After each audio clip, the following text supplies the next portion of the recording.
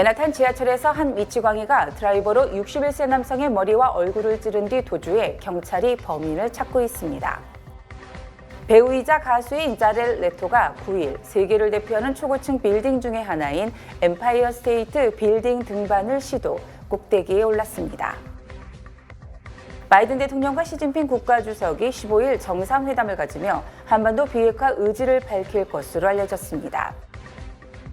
연말 여행 기간을 앞두고 항공 전문가들이 비행기 간의 충돌 사고 위험이 유의미한 수치를 보이고 있다며 이는 항공 시스템의 분명한 적신호를 뜻한다고 경고했습니다. 이상은 TKC 뉴스데스크 오늘의 주요 소식입니다. 아름다운 제품에서부터 아름다운 사회를 만들기까지 키스는 뉴욕에서 시작하여 현재는 전 세계 12,000명의 직원들과 함께 끊임없이 도전하는 기업입니다. 사람을 생각하고 존중하는 기업. 키스는 한인들이 사회의 주인공이 될 수 있도록 든든한 버팀목이 되겠습니다. 글로벌 뷰티 기업 키스. 시청자 여러분 안녕하십니까? 11월 10일 금요일 TKC 뉴스데스크 첫 소식입니다. 맨하탄 지하철에서 한 미치광이가 드라이버로 61세 남성의 머리와 얼굴을 찌른 뒤에 도주해 경찰이 범인을 찾고 있습니다. 사건은 9일 오후 9시 45분경 59번가 컬럼버스 서클역에서 남쪽으로 향하는 1호 열차 안에서 발생했습니다. 수상한 남성이 드라이버를 손에 쥔 채 열차 안을 서성였고 그러던 중 갑자기 무작위로 한 시민을 골라 드라이버로 그의 얼굴과 머리를 찔렀습니다. 열차에 앉아있다 봉변을 당한 61세 노인은 사건 발생 직전까지 용의자와 아무런 접촉이 없었던 것으로 전해졌습니다. 용의자는 열차가 정차하자 그대로 달아났으며 당시 마스크와 검은색 야구 모자를 쓰고 있었다고 목격자들은 진술했습니다. 피해자는 입과 왼쪽 머리에 부상을 입어 현장에서 붕대로 응급 조치를 받은 뒤 자력으로 구급차로 이동했습니다. 그는 인근 병원으로 이송됐으며 생명에는 지장이 없을 것으로 전해졌습니다. 경찰은 현장에서 용의자가 범행에 사용한 드라이버를 수거했습니다. 또한 경찰은 용의자를 수색하고 있지만 아직까지 체포된 사람은 없다고 밝혔습니다.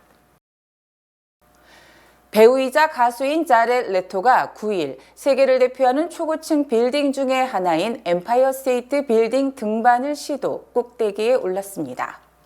레토는 9일 엠파이어 스테이트 빌딩 동쪽을 따라 86층에서 104층, 즉 약 20분 동안 1,300피트의 높이 지점까지 올라갔습니다.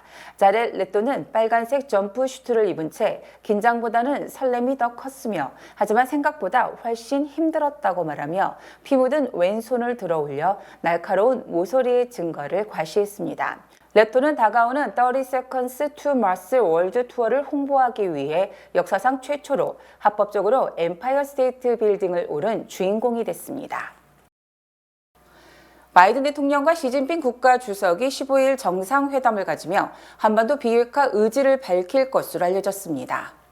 바이든 행정부 관계자는 전화 브리핑을 통해 바이든 대통령과 시진핑 중국 국가주석이 아펙 회의가 열리는 샌프란시스코에서 15일 정상회담을 갖는다고 밝혔습니다.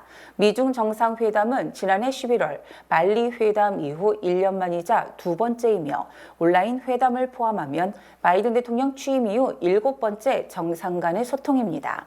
이 관계자는 정상회담 의제에 대해 미중 양자관계, 개방적인 소통 강화와 경쟁에 책임 있는 관리, 지역과 글로벌 이슈, 초국가적 이슈에 대해 논의할 것이라고 설명했습니다. 또 갈등 관계로 비춰져온 미중 관계를 안정화하고 일부 오해를 해소하며 새로운 소통 라인을 여는 것이 미국의 목표라고 강조했습니다. 특히 북한의 실질적 후원자 역할을 하는 중국에게 북한 도발을 둘러싼 우려를 강조할 것이며 도발을 억제하고 한반도의 완전한 비핵화를 추구하기 위한 조치를 취할 것이라는 점을 재차 강조할 것이라고 주장했습니다. 미중 갈등 속에 양 정상이 회담을 갖는 것은 매우 고무적인 일로 평가되며 오해를 없애는 기회가 될 것이라는 기대를 낳고 있지만 일부에서는 대만 문제를 둘러싼 양국의 이견이 더욱 뚜렷해질 것이라고 우려했습니다. 연말 여행 기간을 앞두고 항공 전문가들은 비행기 간의 충돌 사고 위험이 유의미한 수치를 보이고 있다며 이는 항공 시스템의 분명한 적신호를 뜻한다고 경고했습니다. 자세한 소식 박채은 기자가 보도합니다. 9일 오전 미 국가교통안전위원회와 미 항공교통관제사 협회의 관계자들은 청문회를 열어 미국 항공 시스템의 문제점을 지적했습니다. 미 국가교통안전위원회의 제니퍼 호맨디 의장은 비행기 간 충돌 사고 위험은 드물지만 증가하고 있다며 팬데믹 이후 항공교통이 혼잡해지고 인력난이 심화돼 사고의 위험이 더욱 커졌다고 경고했습니다. 미국 연방항공청은 지난 회계연도 동안 23건의 근접 비행이 있었으며 그중 여러 건이 관제사의 실수로 인해 발생했다고 밝혔습니다. 미 항공교통관제사협회의 리치 산타 회장은 인력 부족으로 인해 많은 관제사들은 하루 10시간 근무 또는 주 6일 근무를 강요받고 있다며 이는 고도의 집중력을 요하는 이들에게 큰 부담과 압박감을 주고 있다고 말했습니다. 또한 청문회는 연방항공청의 항공교통관제사가 충분하지 않기 때문에 다가오는 휴일 동안 항공 운행에 차질이 생길 수 있다고 새로이 경고했습니다. 한편 앞선 10월 우울증을 앓던 조종사가 승객을 태우고 비행 중이던 알래스카 항공기에 엔진을 끄려고 시도하고 8월에는 비행 도중 부기장이 기장을 총으로 쏘겠다고 협박하는 일이 발생하며 비행기를 이용하는 승객들이 조종사의 정신건강 문제에 대한 불안을 제기했습니다. 이에 따라 미국 연방항공청은 별도의 인터뷰에서 조종사들이 정신건강 문제를 기관에 더욱 적극적으로 보고할 수 있도록 별도의 위원회를 마련할 것이라고 밝혔습니다. 박수현 대표가 이끄는 뉴욕 한국공연예술센터가 설립 30주년을 맞이해서 오늘 18일 화려한 공연과 함께 기념 행사를 개최합니다. 뉴욕 한국공연예술센터는 올해 30주년을 맞이해서 오늘 18일 맨하탄 에디슨 볼륨에서 기념식과 축하 공연을 펼칩니다. 센터를 설립하고 현재까지 이끌어온 박수현 대표는 1982년 도미 미국 사회 주요 무대에서 한국 전통춤과 국악 홍보 활동을 활발히 펼쳐왔으며 인간문화재 임혜방 선생의 제90주로 살풀이춤 이수자, 제20주로 승무 이수자로 개통을 이어가고 있습니다. 연방 비영리단체로 공식 인정받은 센터는 지난 30년간 매트 뮤지엄, 제이콥스 팔로우 댄스 페스티벌, 내셔널 포크 페스티벌 등 다양한 기관에서 초청이 되는 등 미국 사회에서 한국 문화를 홍보하는 데 중요 역할을 해왔습니다. 특히 한인 2세와 입양아 뿌리찾기 체험 연수 교육 등도 실시하고 있습니다. 센터는 이번 기념 행사를 통해 지난 30년의 발자취를 돌아보고 향후 30년을 위한 힘찬 시작이 될 것이라며 한인 사회의 뜨거운 관심과 참여를 당부했습니다. 뉴저지 실버 선교회가 업스테이트 소재 시라큐스를 방문해 난민 가정들을 위해 주거시설 보수와 침술 치료 등의 봉사 활동을 펼쳤습니다. 뉴저지 실버 선교 회원들은 지난달 4일부터 6일까지 시라큐스를 방문해 이 지역에서 난민들의 안정된 정착을 지원하는 빌딩 더 브릿지 단체와 함께 난민 가정들의 주거시설을 보수하는 데 동참했습니다. 이와 더불어 침술 치료와 찬양 사역을 통해 난민 가정들에게 용기와 힘을 북돋아주는 시간을 가졌습니다. 2016년에 설립된 BTB 비영리 단체는 시라큐스에 버려진 주택과 또는 노후된 주택을 저렴한 가격에 구입해 이 주택들을 수리하고 개조해서 난민 가정들에게 시세에 비해 낮은 렌트비를 받고 거주할 수 있도록 지원하고 있습니다. 특히 난민 가정들이 스스로 관리할 수 있도록 교육 프로그램도 운영하고 있습니다. 실버 선교회는 1년에 여러 차례 시라큐스를 방문해 BTB 단체가 지원하는 난민 가정들과 좋은 관계를 맺고 이들 가정에 필요한 부분들을 세심하게 살피고 도움의 손길을 제공하고 있습니다. 올해 상반기 뉴욕주 내 살인, 강간, 폭행 등 폭력 범죄가 소폭 감소한 것으로 집계됐습니다. 캐시 호컬 뉴욕주지사가 어제 뉴욕주 경찰서장협회 회의에 참석해 올해 상반기 뉴욕시를 제외한 뉴욕주 내 57개 카운티에서 폭력 범죄가 전년 대비 6% 줄었다고 밝혔습니다. 또 올해 상반기 살인사건은 전년 대비 27% 큰 폭으로 감소했고 강간이 16%, 강도가 5%, 가중폭행이 4% 감소하는 등 4대 폭력 범죄가 줄어든 것으로 집계됐습니다. 총기가 사용된 폭력 범죄 피해자도 올해 상반기 2,046명으로 지난해 같은 기간 2,443명보다 16% 줄었습니다. 특히 올해 1월부터 지난달 29일까지 뉴욕시를 제외한 57개 카운티 총기 사망자는 121명으로 지난해 같은 기간 181명보다 33% 급감했습니다. 한편 뉴욕주는 2024 회계연도 공공치안 강화를 위한 예산 3억 4,700만 달러를 별도로 편성했으며 이는 전 회계연도보다 1억 2천만 달러, 약 34% 늘어난 것입니다. 현직 대통령으로는 처음으로 노조 피켓 시위에 동참했던 바이든 대통령이 또다시 노조 행사장으로 달려가는 등 내년 대선을 앞두고 친노조 행보를 계속하고 있습니다. 바이든 대통령은 어제 일리노이주 벨베디어에서 열린 전미 자동차 노조 행사에 참석, 중국은 불공정한 무역 관행으로 전기차 시장을 장악하려 하고 있으며 자신은 그들이 그렇게 하도록 내버려두지 않을 것이라고 밝혔습니다. 바이든 대통령은 어제 행사에서 전미 자동차 노조의 붉은색 티셔츠를 입었으며 자신의 취임 이후 전기 자동차를 비롯해 미국 내 첨단 제조업에 수십억 달러의 투자가 이루어졌고 미 전역에 20개 이상의 새 자동차 공장이 설립됐다고 강조했습니다. 바이든 대통령은 연방정부는 전미 자동차 노조가 중국 등 다른 경쟁자들을 제치는 데 필요한 것을 지원할 것이며 자신은 세계의 지도자들에게 미국의 반대편에 베팅하는 것은 좋지 않을 것이라고 상기시켜왔다고 주장했습니다. 바이든 대통령의 어제의 발언은 미중 간 긴장이 완화되더라도 핵심 전략 산업 공급망에서는 중국을 완전히 배제하고 격차를 유지하고 확대한다는 디리스킹 기조를 계속 유지할 것임을 강조한 것으로 풀이됩니다. 또 바이든 대통령은 월스트리트이 아니라 중산층이 미국을 만들었고 노조가 중산층을 만들었다며 친노조 행보를 계속하며 노조원들의 표심을 공략했습니다. 집권 여당 내 야당으로 불리며 번번이 민주당 정책에 반대표를 던져온 주요 매친 연방 상원 의원이 내년 상원 의원에 출마하지 않고 대권 도전을 시사했습니다. 조 맨친 상원 의원은 9일 유튜브에 올린 영상에서 자신은 상원 의원에 도전하지 않고 중도층 결집을 싸울 것이라고 주장했습니다. 맨친 의원은 또 자신은 가족, 자유, 민주주의, 존엄성 그리고 함께하면 어떤 도전도 극복할 수 있는 믿음을 공유하고 있다고 강조했습니다. 정치 분석가들은 맨친 의원이 중도층 결집을 싸울 것이라는 말이 상원 의원이 아닌 대권 도전을 시사한 것으로 풀이했습니다. 2010년 웨스트 버지니아주에서 재보선을 통해 상원에 입성한 맨친 의원은 지난 회기 때 민주당이 상원 다수당이었지만 주요 정책마다 반대표를 던져 집권 여당 내 야당이라는 평가를 받아왔습니다.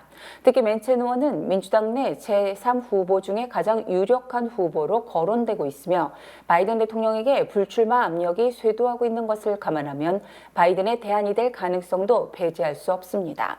만약 맨친이 상원 의원에 출마하지 않으면 민주당은 웨스트 버지니아에서 상원 의석 1석을 잃을 가능성이 크며 이 경우 상원 다수당 지위를 공화당에 넘겨줄 것으로 전망됩니다.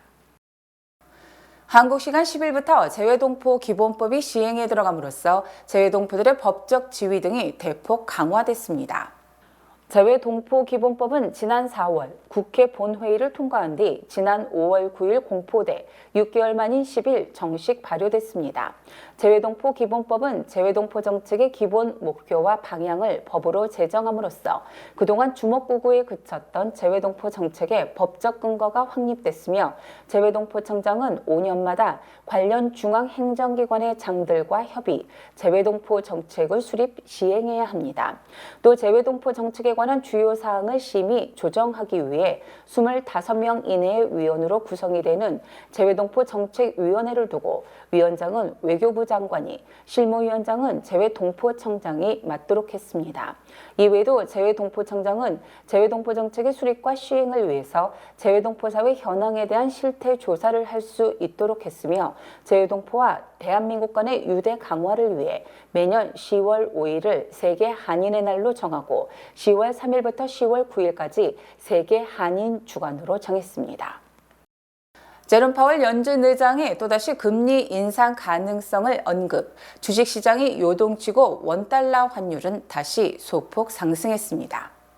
파월 연준 의장은 어제 국제통화기금 컨퍼런스에서 향후 정책과 관련해 통화 완화보다는 긴축에 무게를 두는 발언을 함으로써 투자자들을 실망시켰다고 월스트리트 저널이 보도했습니다.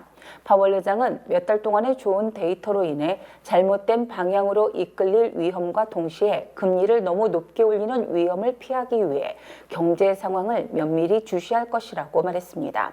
특히 지금은 금리를 올리겠다는 쪽에 힘을 실지는 않았지만 내년에도 인플레이션이 예상되는 만큼 둔화되지 않으면 다시 금리를 올릴 수 있음을 시사했습니다. 또 이날 연준이 배포한 자료에는 연준이 향후 2-3년 내에 인플레이션을 목표치인 2%로 낮출 수 있을 만큼 충분히 금리를 인상했는지 확신할 수 없다고 기재되어 있습니다. 이에 따라 어제 뉴욕 증시는 추가 긴축 우려가 고조되면서 8거래일 동안 연속 상승하다 하락했고 원달러 환율은 1318원까지 치솟기도 했습니다. TKC 뉴스데스크 잠시 후 2부에서 계속됩니다. 뱅크 오브 호프가 뉴욕 진출 25주년을 맞이했습니다. 고객과 커뮤니티의 끊임없는 성원에 감사드립니다. 본 프로그램은 희망을 설계하는 전문가들의 은행 뱅크 오브 호프 후원입니다. 주요 단신 전해드립니다. 지난주 신규 실업수당 청구 건수가 21만 7천 건으로 전주보다 약 3천 건 감소했으며 월스트리트 저널이 집계한 전문가 전망치 22만 건을 밑돌았습니다. 권한 남용 등으로 유급 정직 처분을 받은 데이빗 로렌조 뉴저지주 팰리세이드팍 행정관이 폴김 시장과 민석준 시의원을 상대로 시민권을 침해했다며 연방법원에 소송을 제기했습니다. 에디 가담스 뉴욕시장 등 60개 주 시장들이 살상용 총기 판매를 반대하는 서한을 마이크 존슨 연방 하원의장에게 발송했습니다. 지난 8일 뉴저지주 벨마의 뉴저지주 경찰 사무실의 화장실에서 남성 변사체가 발견돼 경찰이 수사에 나섰습니다. 뉴욕대 병원이 지난 5월 감전사고로 시력을 잃은 46세 남성에게 세계 최초로 안구 이식 시술을 시행, 성공 여부에 관심이 쏠리고 있습니다. 올해 맨하탄 락커펠러 센터를 장식할 크리스마스 트리인 80년 수령의 노르웨이 전나무가 어제 뉴욕주 업스테이트 빙햄튼 인근에서 체벌됐으며 내일 맨하탄에 도착합니다. 지난 2003년 발행된 $2 지폐가 최근 세계 최대 화폐 경매사인 헤리티지 옥션에서 $4,000에 매각됐습니다. 신용카드 빚이 사상 처음으로 1조 달러를 넘어선 가운데 3분기 말 각 카드당 평균 사용액이 $6,000를 넘어선 것으로 집계됐습니다. 날씨 전해드립니다. 토요일인 내일은 대체로 맑은 날씨 예상됩니다. 내일 아침 최고 기온은 53도, 밤 최저 기온은 38도입니다. 해 뜨는 시각은 오전 6시 37분, 해 지는 시각은 오후 4시 41분입니다.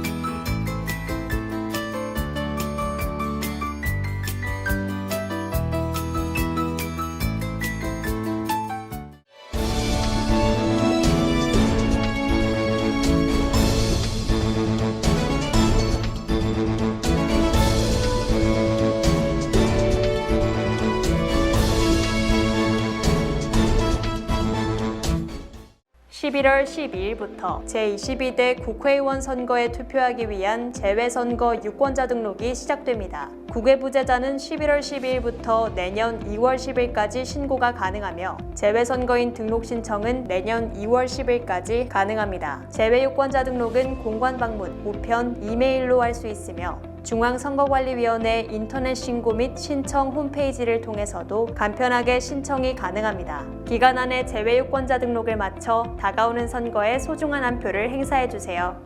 재능 있는 한인음악가의 데뷔 무대를 열어주는 한국음악재단 주최 테너 존노 리사이틀이 오는 11월 18일 오후 7시 30분 카네기홀 젠켈홀에서 열립니다. 테너 존노는 바로크 음악부터 현대 음악까지 다양한 음악을 소화해 세계적인 오페라 전문 잡지 오페라 뉴스에서 감미로운 테너, 천부적인 테너로 극찬을 받았습니다. 11월 18일 오후 7시 30분 카네기홀 젠켈홀에서 가슴을 울리는 선율을 감상해보세요. 뉴욕 아미즈 앙상블 합창단이 오는 12월 10일 일요일 오후 5시 반 웨스트버리에 있는 한울림 교회에서 뉴욕 한인 청소년 센터 후원 겨울음악회를 개최합니다. 이번 음악회에서는 비발디의 글로리아, 슈베르트 미사곡 2번 쥐장조 등 연말 분위기가 물씬 나는 곡들이 연주됩니다. 나눔의 계절인 연말을 맞아 뉴욕 한인 청소년들을 돕기 위해 열리는 기금모금 음악회 많은 관심 부탁드립니다. 이상으로 11월 10일 금요일 TKC 뉴스데스크를 마칩니다. 시청해주신 여러분 고맙습니다.